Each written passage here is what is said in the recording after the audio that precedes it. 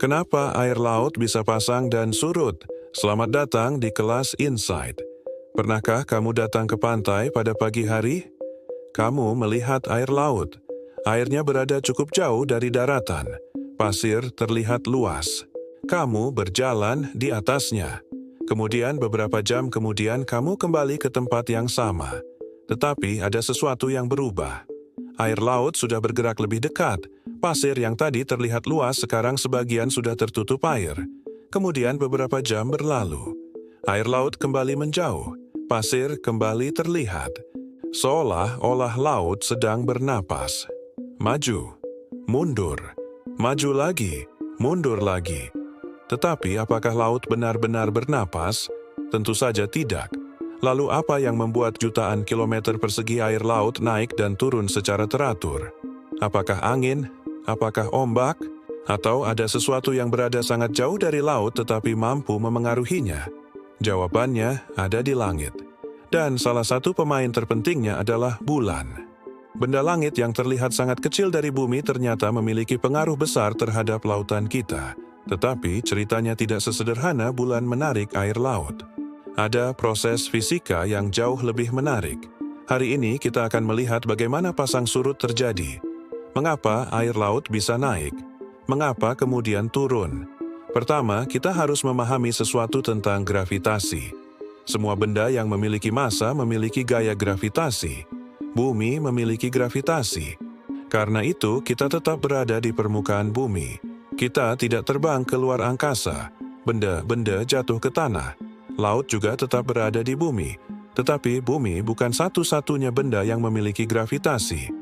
Bulan juga memiliki gravitasi, matahari juga memiliki gravitasi, dan meskipun bulan jauh lebih kecil daripada bumi, jaraknya jauh lebih dekat. Karena itu bulan memiliki pengaruh yang sangat penting terhadap pasang surut. Sekarang bayangkan bumi. Bumi berbentuk hampir seperti bola. Sebagian besar permukaannya tertutup air. Sekarang letakkan bulan di salah satu sisi bumi. Gravitasi bulan menarik bumi. Dan tentu saja gravitasi bulan juga menarik air laut. Air di sisi bumi yang menghadap bulan mengalami tarikan lebih kuat. Air cenderung membentuk tonjolan ke arah bulan. Inilah salah satu wilayah pasang. Tetapi ada sesuatu yang menarik. Pasang tidak hanya terjadi di satu sisi. Disinilah kita harus melihat sistem bumi dan bulan secara keseluruhan. Bumi dan bulan sebenarnya bergerak mengelilingi pusat massa bersama. Sistem ini mengalami gerakan orbit. Akibatnya muncul efek yang berkontribusi pada pembentukan tonjolan pasang di sisi yang berlawanan dari bulan. Ketika bumi berotasi, berbagai wilayah di permukaannya bergerak melewati tonjolan pasang tersebut. Inilah yang membuat banyak wilayah mengalami perubahan muka laut secara berkala. Kenyataannya jauh lebih rumit. Benua menghalangi aliran air. Bentuk garis pantai berbeda. Kedalaman laut berbeda. Ada pulau, ada teluk, ada selat. Bulan bukan satu-satunya benda langit yang berpengaruh. Ada matahari, dan matahari memiliki massa yang sangat besar. Gravitasi matahari sangat kuat. Pada saat bulan baru atau bulan purnama, gaya pasang surut bulan dan matahari bekerja pada arah yang sama. Akibatnya rentang pasang surut menjadi lebih besar. Kondisi ini disebut pasang purnama. Namun, ketika bulan berada pada fase kuartal, gaya pasang surut mereka sebagian saling mengurangi. Disebut pasang perbani. Lautan bukan sebuah bak air raksasa yang sempurna. Air membutuhkan waktu untuk merespons gravitasi. Ada gesekan dan benua yang menghalangi. Di wilayah pesisir, naik turunnya air membuat lingkungan berubah.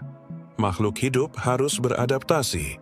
Kepiting, kerang, dan ganggang harus menyesuaikan diri. Allah berfirman dalam surah Yunus ayat 5, Dialah yang menjadikan matahari bersinar dan bulan bercahaya, dan dialah yang menetapkan tempat orbitnya. Pasang surut bukan hanya air yang naik. Ia adalah sebuah tarian gravitasi, tarian antara bumi, bulan, dan matahari yang telah berlangsung miliaran tahun. Jangan lupa follow kelas Insight. Like dan bagikan video ini. Sampai jumpa di insight berikutnya saat kita menyelam lebih jauh ke rahasia lautan.